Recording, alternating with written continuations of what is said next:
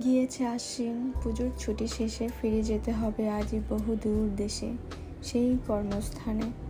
কবিগুরু রবীন্দ্রনাথ ঠাকুরের সোনার তরী কাব্যগ্রন্থের এই কয়টা লাইন যেতে যেতে খুব মনে পড়ছিল আমার। যেতে নাহি দেব হয়, তবু যেতে দিতে হয়।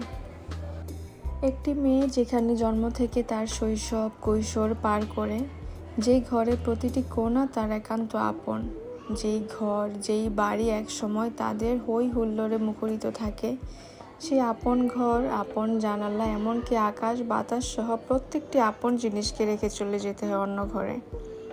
আবার সেখানে গিয়ে নতুন করে ঘর বোনার স্বপ্ন দেখে, নতুন করে আবার সব কিছু আপন করে নেওয়ার স্বপ্ন দেখে। সব কিছুই আবার স্বাভাবিক নিয়মে আপন করে নিতে হয়। এটাই হয়তো মেয়েদের জীবন, তাই না? হ্যালো এভরিওয়ান, আসসালামু আলাইকুম। চাঁদপুর থেকে আমি ঢাকা ফিরছি। যেহেতু আমার ঢাকায় থাকা হয়, আমার হাজব্যান্ডের কর্মস্থল এখানে, আমাকে এখানেই থাকতে হয়। আমার বাবার বাড়ি শ্বশুর বাড়ি একই জেলাতে হলেও দুইটা ভিন্ন ভিন্ন উপজেলায়। আসলে আমি যেখানে বড় হয়েছি, যেই জায়গার প্রতি আমার একটু টান তো বেশিই থাকবে, এটাই স্বাভাবিক। বাড়ি থেকে আসার সময় আসলে প্রতিবারই মন খারাপ হয়। আম্মুর কথা, আমার ফ্যামিলি সবার কথা খুব মনে পড়ে। ওখান দিয়ে আবার আমার আম্মু বেশ মন খারাপ করে ওনার নাতনির জন্য, আমার মেয়ের জন্য, আমার জন্য বেশ মন খারাপ হয়। তারপর আবার আসলে যে যার নিয়মে স্বাভাবিক জীবন শুরু করে আবার স্বাভাবিক হয়ে যায় সব কিছুই, এটাই নিয়ম। এই যে দেখছেন, বেশ অনেক দিন আমি আমার বাবার বাসায় থাকাতে আমার বাসার কী অবস্থা হয়েছে। অনেকদিন যাবৎ বৃষ্টি হয়েছিল ওই সময়টায়, যার কারণে আমার গাছ, তারপরে মাটি, বারান্দা, মানে সব কিছুই খুবই নোংরা অবস্থা হয়ে পড়েছে। এগুলো ক্লিন করতে করতে আমার বেশ অনেক দিন চলে যাবে। আমি আমার বাসায় আসলেই আগে শুরু করে দিই কাজ।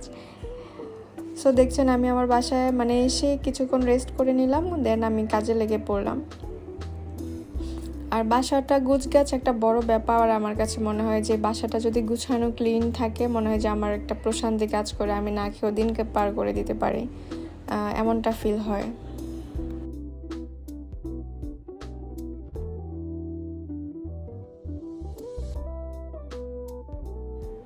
উপরে ঝুলগুলো ঝেড়ে তারপর বেডশিটগুলো সব উঠিয়ে নিলাম।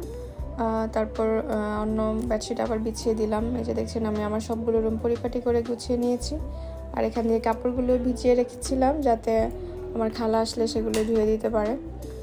আমার হাজব্যান্ডও বেশ হেল্পফুল, আমাকে ঘরের কাজে অনেক সাহায্য করে। দেখছেন, এই যে ও ফার্নিচারগুলো মুছে নিচ্ছে, আমিও করছি সাথে, ও জায়গা করছে তা না।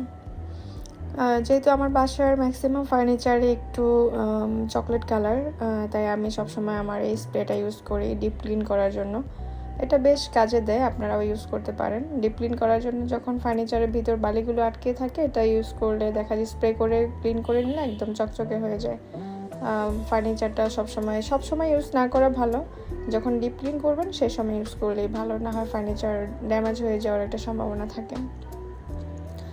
অনেকেই বলে যে এটার খুব একটা এফেক্ট নাই, সাইড এফেক্ট নাই, যে ফার্নিচার যেমন আছে তেমনই থাকে। বাট আমার কাছে রেগুলার না ইউজ করে ভালো। রেগুলার শুকনো কাপড় দিয়ে মুছলে মাঝে মাঝে ডিপ ক্লিনের সময় এই স্প্রেটা ইউজ করা যায়। আর নর্মালি ফার্নিচার মোছার জন্য আমি প্রেফার করি একটু নরম কাপড়, নিটের কাপড়, যেগুলো গেঞ্জি কাপড়। খসখসে কাপড় দিয়ে ফার্নিচার মুছলে ফার্নিচারটা একটু স্ক্র্যাচ পড়ে যায়।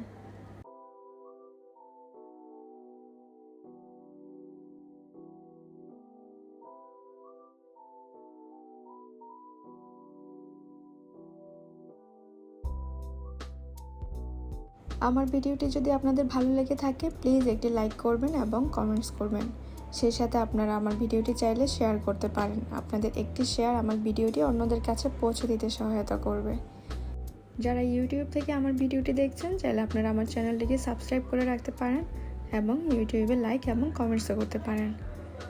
বাসার পরিষ্কার পরিপাটি করে আমি এখন আমার গাছগুলোকে পরিচর্যা করে নেব। চাঁদপুর থেকে কিছু গাছ নিয়ে এসেছিলাম, সেগুলো লাগাবো। সেই সাথে আমার আগের যে গাছগুলো ছিল ওইগুলোকে একটু মাটি আলগা করে ঠিকঠাক করে রাখবো।